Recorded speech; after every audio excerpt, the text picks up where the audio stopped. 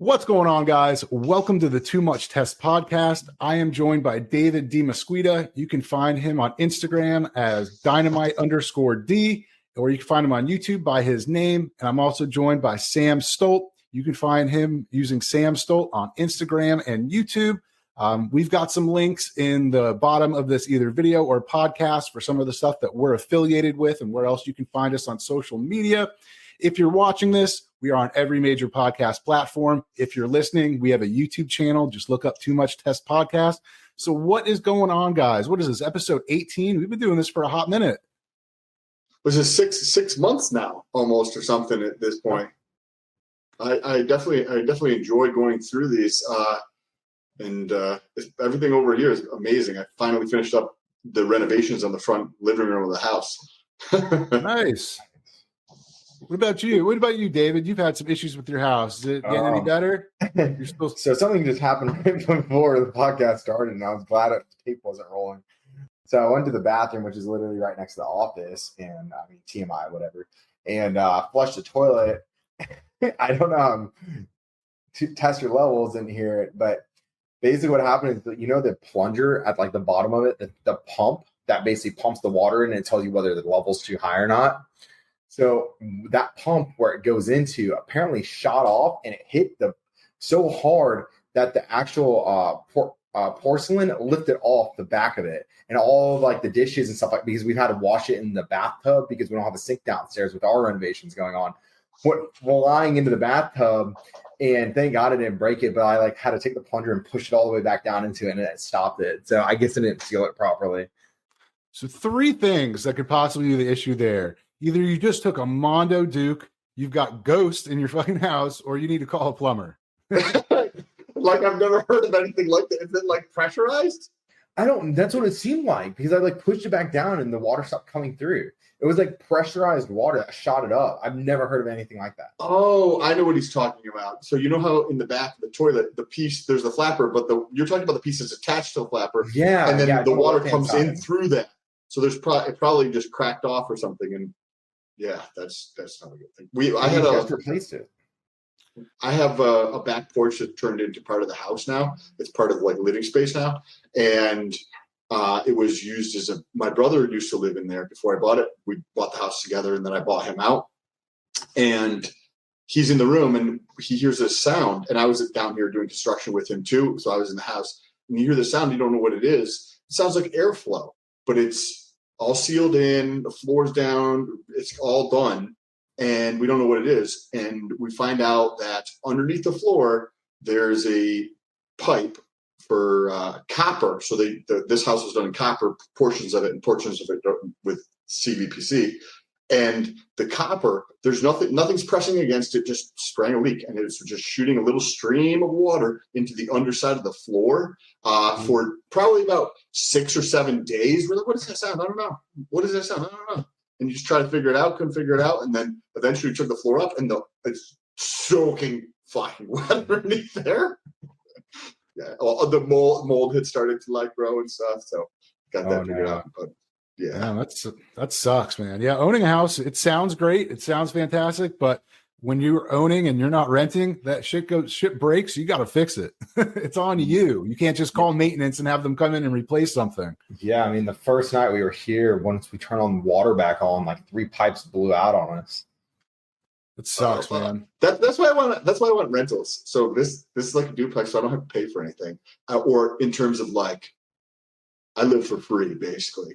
Other people pay my debt down. They pay for the repairs because it's above and beyond what I need. So I'm a big fan of rental property because then you don't have to pay to live. Hell yeah. So I want to jump into me and Dave were actually talking about a particular compound that he's hypothetically used and I may hypothetically use. So we were talking about Primobolan, the champagne of steroids coined by Arnold Schwarzenegger, who says, fuck your freedom, even though he used that freedom to migrate to this country, become wealthy, become a politician, and now have a nice cush retirement. And he just got in a bad accident where, I don't know if you guys saw this, but his truck ended up on top of a Prius, and there was a Porsche involved, and he was, I saw a video, and this is not what I was trying to go with, but we just kind of go here. But He was with that girl, Greta Thunberg, whatever, that little girl that's all like super environmental and says we're all horrible for living. And he's driving a fucking massive GMC fucking Yukon or Denali or some shit and runs over a Prius. So it's just funny when people say one thing and do completely the other. But Dave, let us know about Primo. We were talking and you were saying like Primo, you pretty much would run the same dose of Primo as your testosterone. What would I expect to get from Primo, like on top of it? So test and Primo, nothing else. Like why is everyone like Primo so much? One, people like it because they can't get it. Primo is like 98% to 99% of your Primo is going to be faked. The cool thing about Primo is it's very, very mild. People relate it to Tren. I don't know why. They're completely different. I relate it to Masterone, so that's going to be your closest comparison. It is a good DHT derivative. So one, DHT does not convert to estrogen. Two, it's going to bind to where estrogen is going to try to bind to, so it controls your estrogen levels. So instead of using aromatizer inhibitors to control your estrogen levels, you can use something like a Primobolan to help you in that aspect. Now, it's not as strong as Masterone by any means, but the anabolic properties are higher in Primo than Masterone. So I truly love Primo. Because it is more mild, you can run it in higher amounts. So you have to run it in higher amounts, making it, again, more expensive. Another thing about Primo that I do want to declare that you can know if it's fake or not, if it is above 100 milligrams per milliliter, then it is fake, unless if you're walking around with a knot and wherever you're shooting it for like a week time, because it is extremely hard to get it basically diluted down. It's not like testosterone where you can do 200, 300 milligrams per milliliter. And then all the 400 milligrams and 500 milligrams are all fake anyways. They just threw a label on there. But Primo is one that it's extremely painful if it gets above 100 milligrams per milliliter. Like I'm talking unbearably painful. Now, what can you expect from that? One, you're going to be harder anyways because of the reduction in estrogen. So it's a really good drug to either cut or even bulk on, because you can also run your testosterone levels a little bit higher because you're going to get balanced with the estrogen without having to run aromatizer inhibitors. So there's like two really good uses for it. The reason why you don't really hear about Primo being used in competition stacks really is because it's so commonly faked. And like you get better erections, your sex drive goes up. It just balances with testosterone. Any drug that balances with testosterone with very mild side effects is could be an intelligent use or intelligent way to stack. What did you mention about, I don't have any experience with Primo, but what did you mention about estrogen? Obviously it doesn't convert if it's DHT, but does it have some type of anti-estrogen effects? Yes. It's similar to Masterone. Huh? How does that work exactly? It has to do with where it binds. So where it binds is essentially the same spot where estrogen aromatizes. So it basically can stop more extra aromatization from your steroids. It's very similar to Masterone. Like Masterone and Primo are both anti-breast cancer drugs. Masterone was better because it was more of an anti-androgen, more androgenic than anabolic. So it binded more heavily. But they found out that there were better drugs like Nolvadex or Arimidex or Letrozole to work for breast cancer because you don't need to have androgenic side effects to limit down your estrogen levels. And I think that's the reason why they ended up pulling Masterone from the market. I think some Mast is still used some place in the world, but not really commonly. And then Primo as well is it's still made, but it's not as common anymore. What was your experience with you guys? Huh? Go ahead, test your levels. Well, I was just going to ask what you guys' experiences were. I don't have much experience with gear on the like old school like type gear, much more on like SARMs and peptides than I do with that or like HGH related type stuff, but not so much with the like old school type gear that people have. So I was curious what the effects were that you personally, maybe if you did experiment with it, what it was like. I've never personally tried Primo, and I was just interested in talking with David about it because And now that you mentioned kind of some of the benefits, and I've never really looked into Primo, but I can see why they would call it the champagne of champagne of beers, fucking Miller High Life. But I can see why they say it the champagne of steroids. I mean, I guess, yeah, if you're a bodybuilder and, you're running high amounts and this helps with estrogen, it also helps with muscle growth and helps to give you some of those positive benefits like libido, erection, stuff like that. I can see why that would be benefit. Now, for me, it doesn't seem like it would make sense, not even from a cost perspective, to take, just because I don't have estrogen sides. I'm not running blast right now. I'm obviously not particularly hard or ready for freaking the stage. So it doesn't seem like there would be much of a reason for me to take that. But I was just interested in what your thoughts were. But I think, Dave, you've hypothetically experimented or researched with it before. Yeah. So I just think that it's a good, whenever you're testosterone, you're going super physiological with testosterone, you're going to have more aromatization. It doesn't matter if you're a low aromatizing person, such as myself. When you're stacking stuff together, don't just throw drugs at the equation and throw drugs at the equation. You should be stacking intelligently. So testosterone should always be the base. And why should testosterone be the base? All that you need to know is testosterone is the best muscle builder out there, period. No anabolic steroid beats it. Testosterone is the best muscle builder. So when you're talking about adding to the equation, you want things to either give you that extra anabolic effect and to balance out the testosterone side effects that you could get without limiting health variables such as extra estrogen, because that can lead to blood clotting if your estrogen levels get way too high. You might not feel as good, but estrogen is awesome for muscle building too. So you want to find like that happy equilibrium. This is why running labs during cycle can put you at an advantage rather than someone else that's not running labs. Because if you know, like, okay, my testosterone levels are here, blah, blah, blah, they're going to be so super physiological, you're going to probably have to get it off the Richter scale if you want to actually look at that. You can kind of get a rough estimate based off of your free test. But with the estrogen, you want it to be as high as you can without being sky high. So crushing your estrogen profile isn't also the best bet. But testosterone has that base. So if you throttle up 600 milligrams of testosterone, you have 300 milligrams of Primo in there, let's just say hypothetically, and your estrogen levels are like below 40 still, then you can probably increase your testosterone a little bit.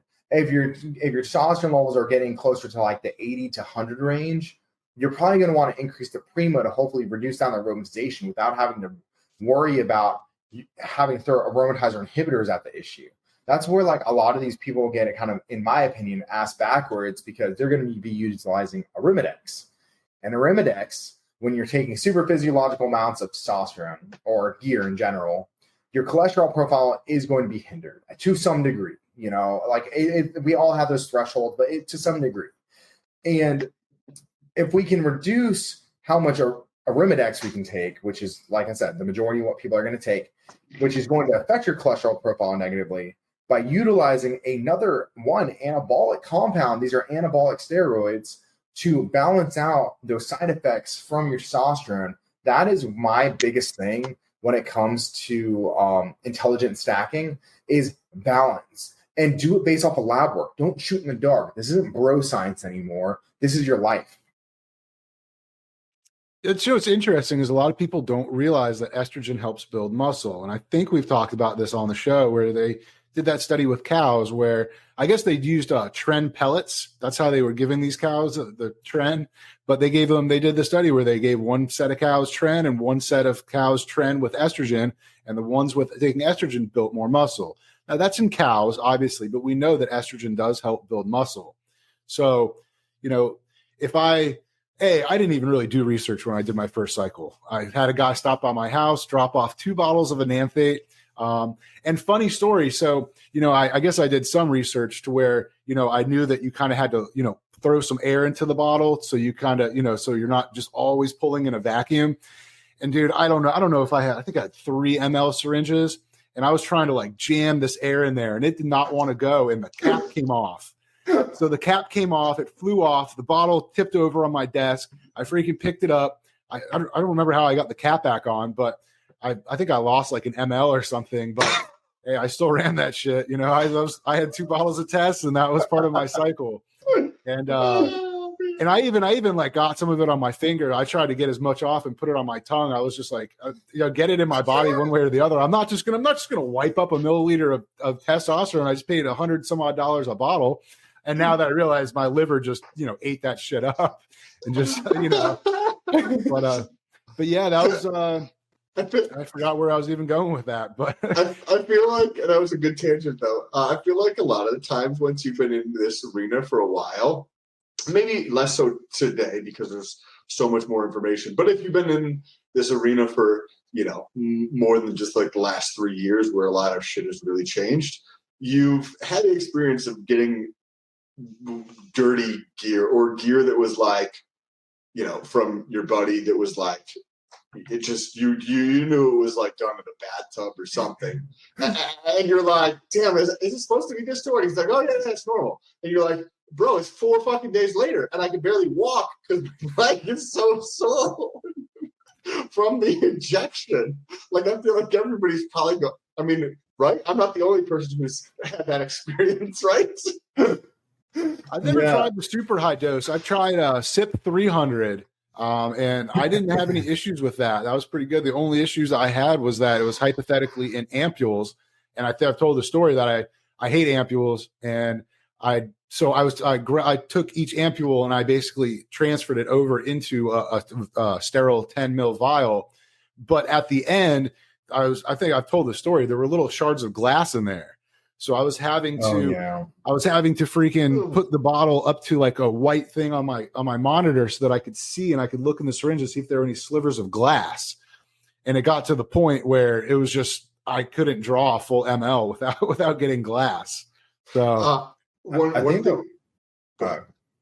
just going to say, I think the worst, because we were talking bad injection stories, I think the worst gear I've ever pinned before, it was like test, right? Nothing special. And, I've always had actually really good experience. I've been lucky, I guess. And this one time I like injected my ass and I was just like, I can't sit down. Like you try to like rub it out, like take a lacrosse ball to it and you're like practically in tears trying to rub it out. And like the thing wouldn't go down. And then I'm like, hey, is this normal? Yeah, of course it's normal. Like it happens all the time. Like you're going to be good. I'm like, all right, whatever. 3 days later, you're doing your next cheek, right? And the other one's still swollen. So you're hoping that swelling and that cheek is going to go down eventually before your next pin. Do the next cheek. Dude, I couldn't sit down for like a week. It was like golf balls in my glutes. And that's a sign that you have they didn't mix it properly because there's too much BA. Usually when it creates that much muscle irritation. And I'm lucky that I didn't get a cyst or anything like that. I have seen it. Oh, speaking of cysts and the glutes, I saw a guy at a national stage with 2 cysts. But I'm talking like, and they had to have been infected because it was like softball size. It was this big. You saw it coming through the trunks on both sides. It was like, do you know the Dragon Ball Z character Frieza, like his like purple shoulders and stuff like that, how big they were? It was like that, but coming out of the glutes. It was like, oh. That's crazy. And so you attest that to the alcohol, that they just got too much alcohol in it? It's usually benzyl alcohol. That's like what makes it sterile, so that you're not going to get infections or anything like that. And that's what I've heard. I don't know, but that's what I've heard from like pretty intelligent people. So I would assume that's right. I don't know if I agree that or bacteria in there. Like, yeah, I had one where I had the same issue where like I couldn't even roll over bed. That's how bad it was. It was like just excruciating pain in my glutes. So I cut instead of doing 1 ml, I was like, okay, let me just try if I microdose, could I still do this or do I just need to throw this away? And I did it about half an ml in my tricep right before going on vacation. We went to Panama City, Panama, and I couldn't even like reach down to pull my shirt up to take it off over my head. I had to like bend forwards, lift up like one arm and let my girlfriend grab my shirt and pull it off, because if I tried to raise my arm up, it was to the point where I did it right in the middle of my tricep. My elbow had cankles like you do when you have so much edema in your ankles. It came down into my forearm on both sides, the inside and the outside of my forearm. It was so like, I was like, that's why I do like microdose when I'm trying a new brand, just for like a small bit Because if I have a bad reaction, I'll be like, okay, cool, I'm not even trying to do a second injection. So the worst, and this is actually not bad gear. I haven't had it in years though. I used to get it once in a blue moon because I do pin my shoulders as one of my sites that I use. And the worst, and I'm sure you guys have experienced it too, like where you know where it normally like leaks out and it irritates the skin and stuff like that, and you get a rash. I don't really ever get that on the shoulder, but what I have gotten on the shoulder is where it leaks out and it goes down into the bicep and it runs like a long head of the bicep. And actually, I had it so inflamed where like my shoulder and my arm gets flushed because it gets so inflamed because it leaks out of the muscle and it's just an irritation. It's an irritation of the body. It's not supposed to be there. It's supposed to be in the muscle absorbing the oil. Have you guys had that? I've never had that. I pretty much I don't really like quads. And fun fact, I've never done a glute injection myself. Never once. I've just I don't like the angle. I like to be able to go across like this, like right arm over, and it's just tough. I don't like the angle of going like this. I don't know why I don't like that. Maybe it's because it's a smaller muscle that you kind of have to hit.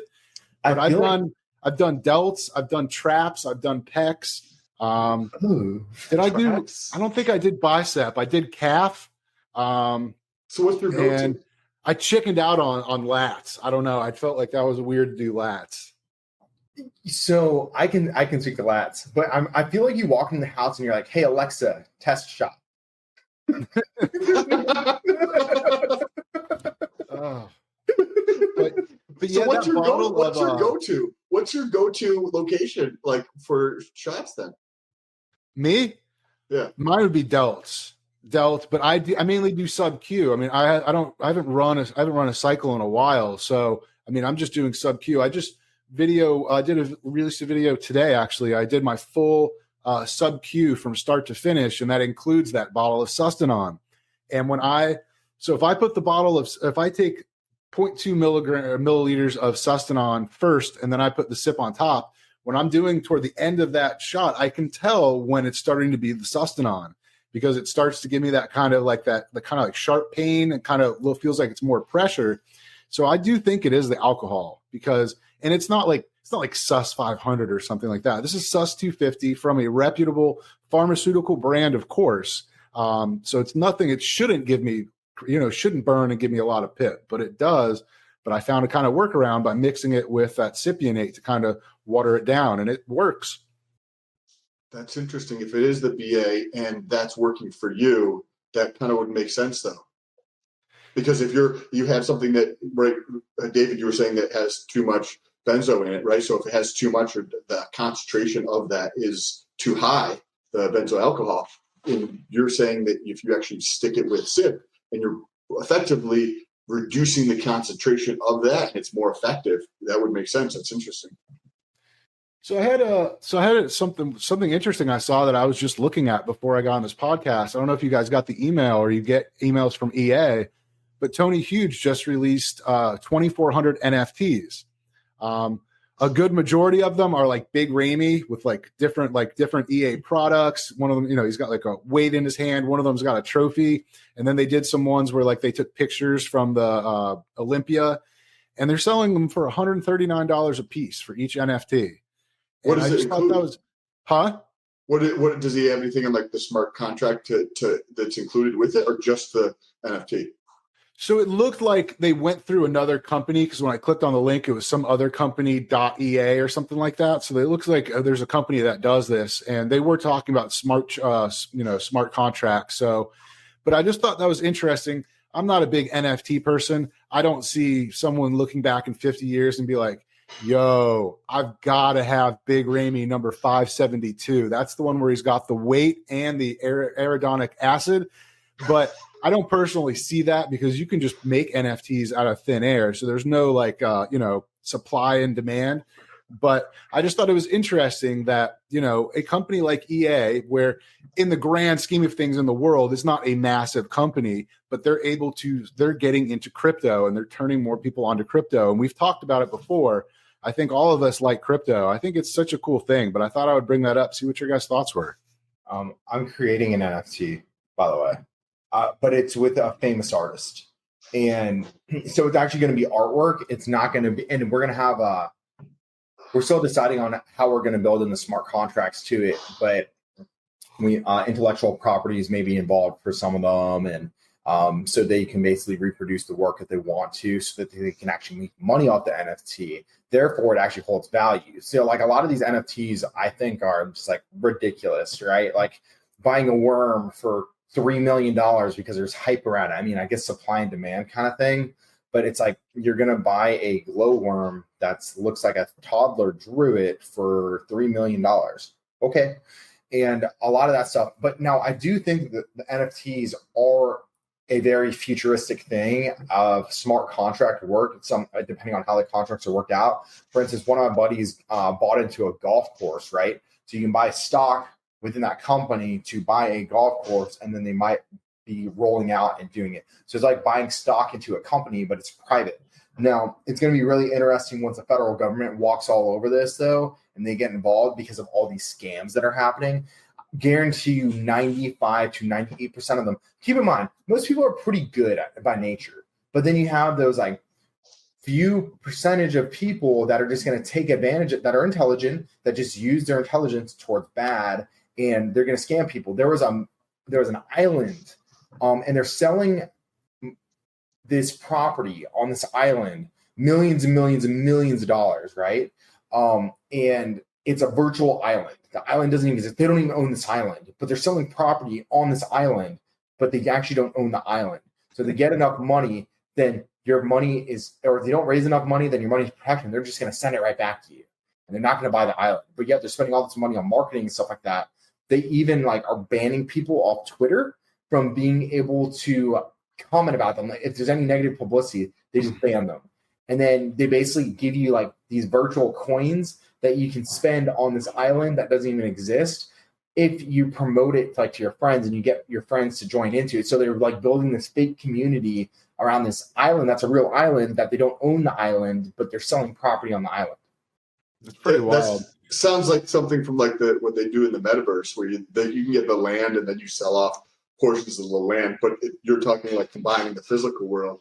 I thought about, what if we created an NFT for each episode, and you could do all the back episodes as well, where it was maybe 10 minutes of that episode as some type of art that included when we do a meet and greet, like a pass to there, or like if we come out with a free product that they get for owning the NFT, and they'll only have 10 per episode of that, or put together one, a free pass, and we do a larger event or something along those lines. We could release one every single week, or people who are leaving comments, we could actually give them out to those people and have that be part of the contract if they're actually holding that, to utilize that as a way to help give people more of an incentive to There's lots of cool things you can do with NFTs and blockchains and smart contracts. Like one of the big ones is, like luxury brands. How do I know this is a real Rolex? How do I know this is a real Louis Vuitton? And they can put something either, super micro etch, like a QR code or something, where you scan that and it says, okay, this part of this coin is on the blockchain. This is legit Louis Vuitton. Ticket sales. Like David, you were talking about, like that golf course. I mean, that sounds kind of more like the idea of kind of like a REIT, where, you buy in, you buy in with a certain amount of money, and then you get a percentage of the profits based on how much but with stocks and all that stuff, I mean, it's paperwork, databases, this and that. Whereas with the blockchain, they don't even have to know who I am as to invest in that golf course. I get online. Okay, I want to invest 1 million. Okay, boom, you get this amount of tokens or whatever, however they structure it. And then it's just like that Helium app that I have. They don't know who I am, but they know that I have an antenna up. They know that I'm broadcasting. And then when my thing does stuff, they give me a little bit of coin. So I thought that's interesting. I mean, crypto is super cool. We could talk about it all day. Yeah. But speaking about banning, I put a picture. I didn't even think about it, but I took a picture because I just got testosterone prescribed by a brand new doctor, and I think that's going to be on the next episode. And I think we may wrap this one up shortly. But I took a picture of 1 ml bottle of testosterone, and I wanted to ask. I've never tried the brand before, Sun Pharma. So I put up the post. Have any of you guys tried this brand? Is it good? Is it trash? Let me know. and within minutes, fucking taken down, told I was violated community guidelines. I had no button there to request a review or appeal or anything. And that's and then Enhanced Info on Instagram, good page.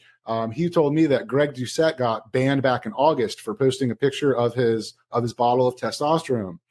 And all these people on my page were like, bro, there are so many pictures of people with testosterone. They just don't happen to be men, or they're trying to become men. Like, you know, there's people who are transitioning. And listen, I give two shits if you're transitioning, as long as you're happy in your life. But there can't be a set of rules where I get banned for posting a picture of testosterone and you get favored in the algorithm because you're transitioning. I don't care. Let me know what the fucking rules are one way or the other, but there can't be two separate rules. That doesn't make sense. I've actually heard of this being an issue. One of my friends' accounts actually got banned. And I was just actually on his podcast. Apparently, he wasn't like that bashing, but he was bashing basically obesity for being like honored, essentially. Like, it's okay to be obese. Like, no, it's not okay to be unhealthy. Like it's okay if you're heavy set and you're healthy, that's fine. But don't promote obesity as if it's healthy. And people also don't know this, that the plus size models are forced to get heavier and heavier or else they lose their contracts. It's messed up. That's actually the truth behind it. And they're trying to promote this. So he basically somehow replicated this post. I think that one of them did that's really famous. And they basically sent their entire like community over to basically get his page banned or something like that. Crazy. And I don't think he was like bashing them from what I understand. I think he would just like basically trolled them in a sense. And there was enough reports where he ended up getting banned. The account's gone. Do you remember when we were kids, when we would say like, words will never hurt me, but sticks and stones or something? What was I saying? Where it was like, today it's like, words will break my bones, but words will never hurt me. And today it doesn't matter. Sticks and stones are fine. But if you say that I'm a jerk, like, oh my God, my feelings are crushed. I'm like, I need to ban you and censor you because you're a bad person for saying those words. Like, what kind of fucking world do we live in? Wait, you mean those nonviolent protests weren't violent? They're calling the truckers in Canada mercenaries, and they're trying to basically have GoFundMe seize their money. They raised over $10 million Canadian, and there's some lady that's trying to get. She's like, yeah, we could go the legal route to try to, to seize this funding, but that takes time. So we just want to just go ahead and just do it without fucking legal action. I was like, this is getting pretty crazy. And these guys aren't burning shit down. They're not looting. They're just driving. It's not like BLM and Antifa in the U.S. where they were just destroying all sorts of shit. Yeah, and they're like, this is crazy. People can't use the roads. It's like, well, maybe if you spent more money on infrastructure and less money giving people the fucking jib, maybe you'd be able to build some more roads. But it's pretty crazy. It's pretty crazy. The world's nuts. But I think we're at kind of a point where I think the majority of people are like, this is fucking stupid. They're not going to be, normal people aren't going to go and riot and protest and shit. But I think you talk to anyone and they're like, yeah, this shit's ridiculous. Omicron's a fucking cold. But anyway, I think we're going to wrap up this episode. If you are listening to this, we are on YouTube. If you're watching us, we're on every major podcast. Go check out Sam Stolt on Instagram and YouTube under Sam Stolt. Check out David Demesquita on Instagram as Dynamite_D and also as YouTube. I think we all have TikTok channels too. But anyway, check us out on whichever platform you like. Thank you guys for being here. If you could drop a like, click on the subscribe button, help a brother out. It's free. Come on. We're trying to grow this podcast, but love you guys. And we'll see you next time.